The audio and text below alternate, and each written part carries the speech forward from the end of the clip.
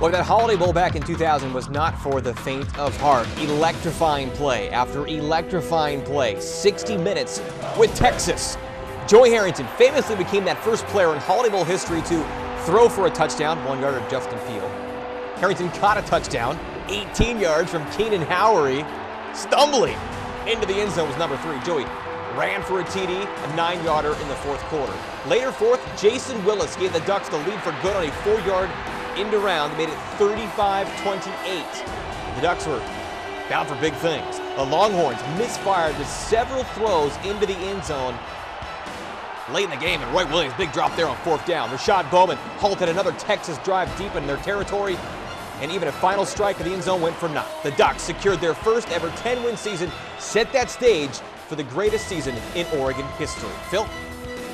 All right, thanks, Nick. As the Ducks get ready for the biggest game in school history on Monday, they should be able to use last year's Rose Bowl as a learning experience. We go back 1 year as the Ducks and Bucks faced off in Pasadena. After going 10-2 in the regular season and claiming the Pac-10 for the first time in 9 years, the 7th-ranked Ducks were trying to win their first Rose Bowl since 1917. Standing in the way were Terrell Pryor and the 8th-ranked Ohio State Buckeyes. And it was Ohio State getting on the board first, just 3 minutes into the game. Pryor, Sane, touchdown, Ohio State. Pryor wreaked havoc on the Oregon defense all game long, both in the air and on the ground, throwing for 266 yards and running for 72. But the Ducks were still in the game thanks to a second quarter LeGarrette Blount touchdown. Number 9, the big back, powering, reaching for the end zone. Oregon trailed 16-10 at halftime, but it took its first lead of the game quickly in the third. Jeremiah Masoli's 1-yard touchdown run made it 17-16 and gave the Ducks some momentum. But whatever flow Oregon had vanished on a costly mistake just minutes later. Fumble, loose ball, and it's a free ball. And it'll go out of bounds on the sideline. Blount's fumble went through the back of the end zone, and the Buckeyes went on to win 26-17 and left the Ducks to think about the future. It's very disappointing, but it really just adds motivation for next year. We're going to go into the offseason with a loss. I mean, that's not a good feeling, but it really adds motivation. We don't want to lose anymore. I think it's going to push us as a team more this next year than anything, because we're sitting on the offseason with still that sting of a loss in our minds, and I think it'll help us prepare for next year. Yeah, that loss certainly still burns. Got a chance to rectify that on Monday. Chip Kelly, different style than, say, that of maybe a Mike Bellotti, at least when it comes to dealing with some members of the media. Bellotti loved talking on camera so much that he left coaching to become a color analyst. Might go back to coaching again sometime soon. And Chip, well, he's a man of few words at times.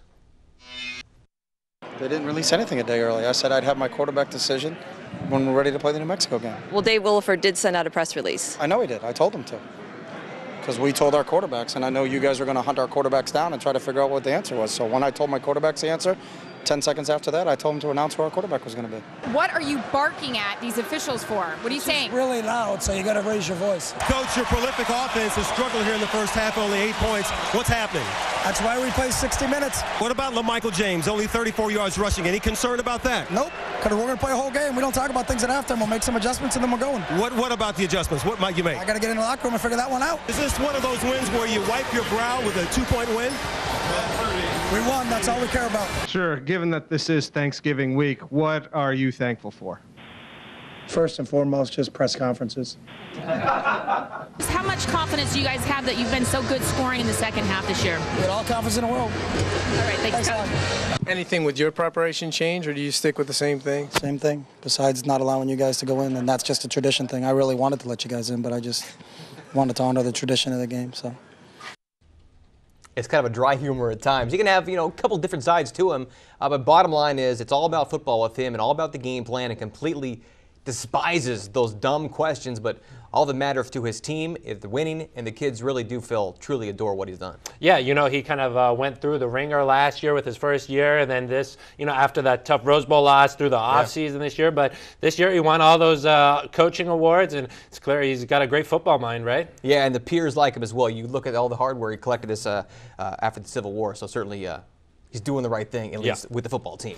When we return on BCS Bound, we'll go back live to Arizona. Tom and Dirk take a look at the long journey Oregon has taken, buying its way into the Independence Bowl in '89, plus a special interview with Mike Velotti. Stay tuned. BCS Bound, back in 2 minutes.